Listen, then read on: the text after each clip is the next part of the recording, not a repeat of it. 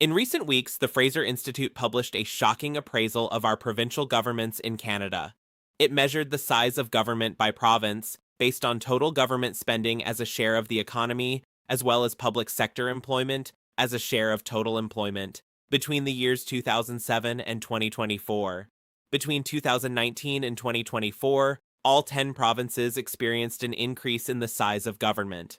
The maritime provinces had larger governments relative to the economy, which employed a higher share of total workers than provinces in Western Canada. Look at Nova Scotia at 61%, Prince Edward Island at 58%, and New Brunswick at 60%.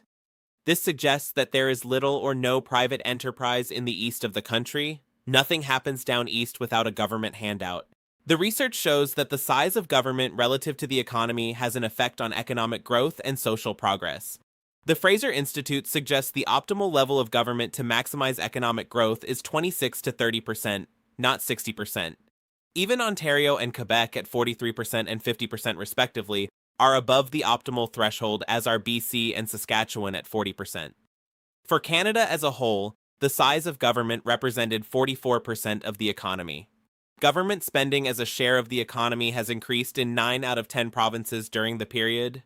To compare these figures to the government expenditures of our southern neighbors, we need to reduce these amounts by the percentage of government healthcare costs. When we do this, the size of government in Nova Scotia is 34%, while in Prince Edward Island and New Brunswick it is 51%. In the US for the year 2023, the average percentage of state government spending was only 10% in all 50 states. For Canada as a whole, public sector employment represented 21.5% of total employment, compared to 17% in the UK, 16% in Australia, 12% in the Netherlands, Switzerland, and Germany, and only 5% in Japan. These figures are only the number of employees paid directly by the government, but doesn't include employees of private sector businesses living off taxpayer handouts. No wonder our public spending deficits are huge. Government is everywhere, and a lot of the time, it is government that is the problem, not the solution. We are heading for decades of hurt when we hit the insolvency wall. Insolvent in 5 is produced by Cinegraphica Media.